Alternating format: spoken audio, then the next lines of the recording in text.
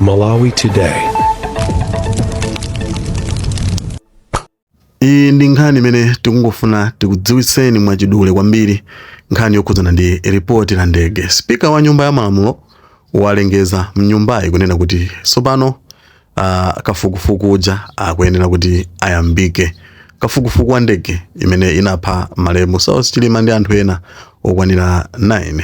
Nde apa akulengeza mmene ntchito imene ikhalire, ndipo komiti imene yasankhidwa ikhala ya anthu angati, nanga chipani chilichonse chitumizako anthu angati. Now ndandanda wa zinthu ngati zimenezi. Honour members, you will recall that on Tuesday, 24th February 2026, the member for Mwanza Central rose in this house to ask a question under Standing Order 69 regarding the status of the Commission of Inquiry into the Chikangawa plane crash.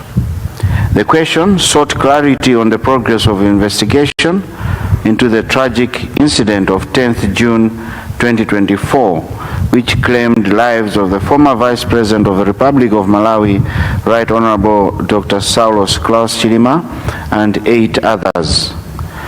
In response to the question, the Honorable Minister of Justice and Constitutional Affairs delivered a comprehensive statement to this august House.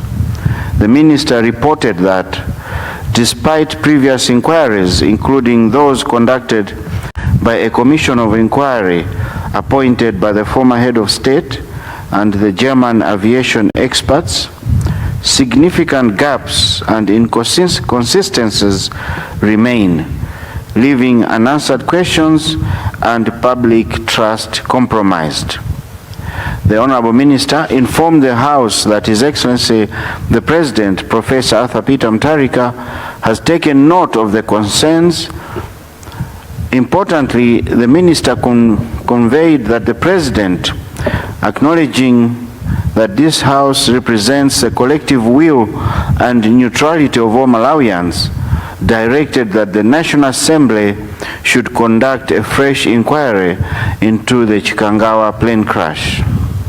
After lengthy deliberations by this House on this matter, the First Deputy Speaker, who was in the chair, reserved his ruling on the matter and indicated that this would be done by my office at a later stage.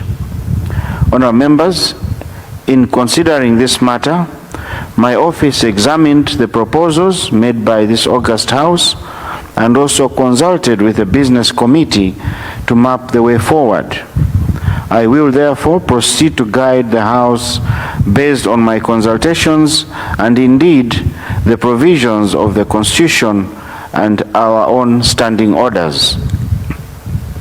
Firstly, Section 89, Clause 1G of the Constitution of the Republic of Malawi gives powers to the President to appoint a commission of inquiry on any matter. This is clear executive mandate.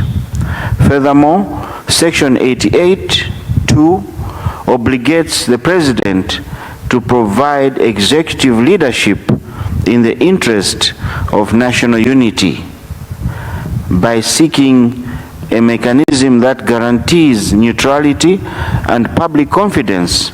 The President is acting to unify the nation in pursuit of this truth. However, the President has chosen a path that respects the separation of powers by directing that Parliament should look into this matter. The decision was made considering that this House is neutral and members represent all Malawians. Honourable members, be reminded that this House derives its authority to execute this task from its constitutional mandate to represent the people and oversee the executive. My office is mindful of the different views raised on the floor during discussions on this matter. Some were of the view that Parliament is a rightful institution to conduct this inquiry, whilst others had different views. After thoroughly considering all the views and having made consultations on the same, my office is of the view that Parliament should accept the direction from the President to investigate this matter. This is because under the Constitution, Parliament represents all Malawians and has the legal and rightful structures to investigate the matter. This will be done through the establishment of an ad hoc committee to ensure that Parliament conducts detailed scrutiny and investigation into this matter. Standing Order 152/11 allows the House to appoint an ad hoc committee which is determined by the Assembly on the recommendation of the Business Committee to consider a specific matter such as this one. Having heard the statement from the Honorable Minister of Justice, which constitutes a directive from His Excellency the President, and having considered the relevant constitutional provisions and our standing orders, I wish to guide the House as follows. 1. That the directive is procedurally sound.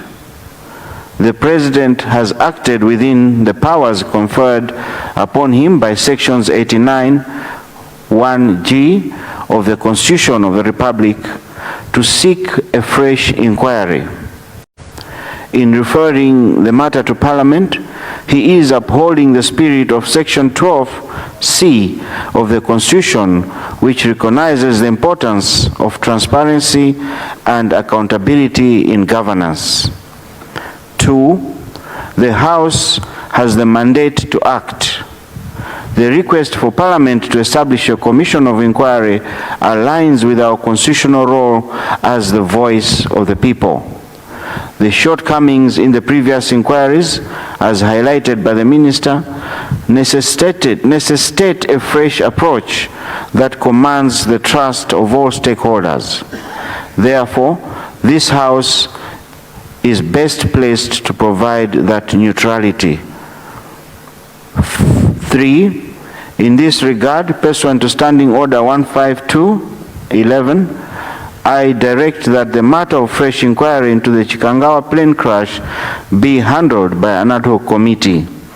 I wish to guide further that in line with the mentioned standing order, the ad hoc committee should meet forthwith to come up with terms of references and a roadmap detailing how the inquiry will be conducted.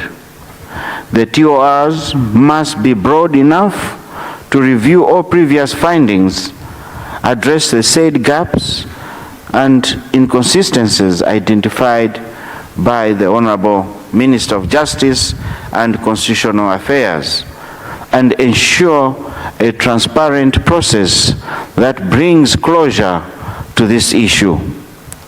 The mandate of this committee will expire after reporting to this august House. The composition of this ad hoc committee. Following my consultations with the Business Committee during a meeting held on Tuesday, 17th March 2026, the Business Committee discussed the proposed membership of the ad hoc committee as provided under Standing Order 156(c)(3). I wish to inform the House that the Business Committee resolved that the ad hoc committee should be composed of 13 members as provided under Standing Order 152/11. These honorable members will be selected proportionally from parties represented in this august House as follows: DPP, 4 members; MCP, 3 members; Independents, 3 members; UTM, 1 member; UDF, 1 member; PP, 1 member. The Business Committee further resolved that members who would be nominated into this ad hoc committee should not include those who have made public pronouncements and strongly made conclusions on the plane crash. or were directly involved in the prior commission of inquiry and may be potential witnesses to avoid conflict of interest. This will ensure that the inquiry process is neutral, credible, and impartial to protect the integrity of Parliament. The committee, once constituted, will elect its chairperson at its first meeting. The committee will be supported by technical experts drawn from relevant fields, guided by the Business Committee and Parliament Secretariat, to be determined by the Clerk of Parliament.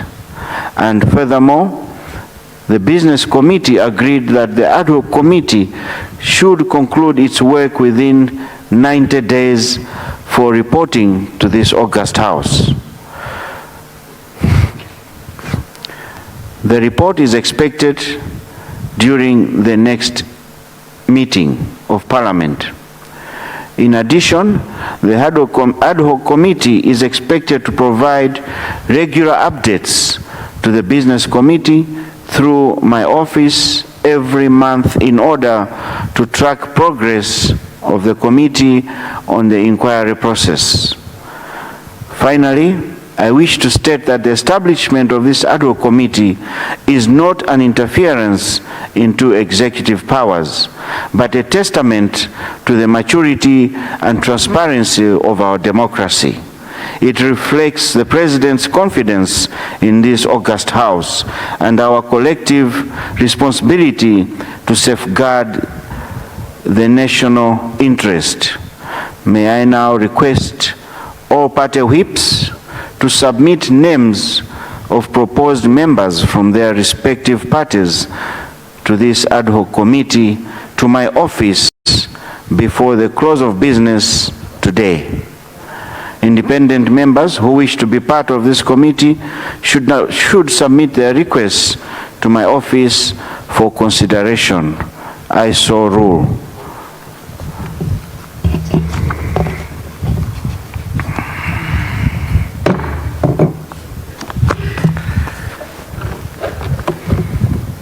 Other members, it is now 11:11. Oh.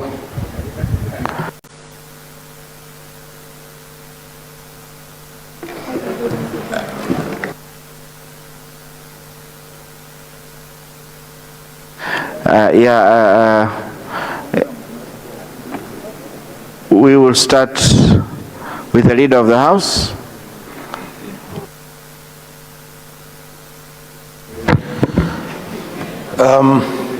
Right Honorable Speaker, I rise to confirm that what you have just communicated to the House is indeed what transpired during the Business Committee meeting. I so submit. Thank you, Leader of the House. MCP Whip. Right Honorable Speaker, I rise to join the Leader of the House in confirming that what you have communicated to the House is indeed what we discussed and agreed upon in the Business Committee. Thank you very much. Thank you very much, Leader from Whip from MCP. Honorable members, it is now 11:13. We will suspend for health break and we'll be back at 11:43. House suspended.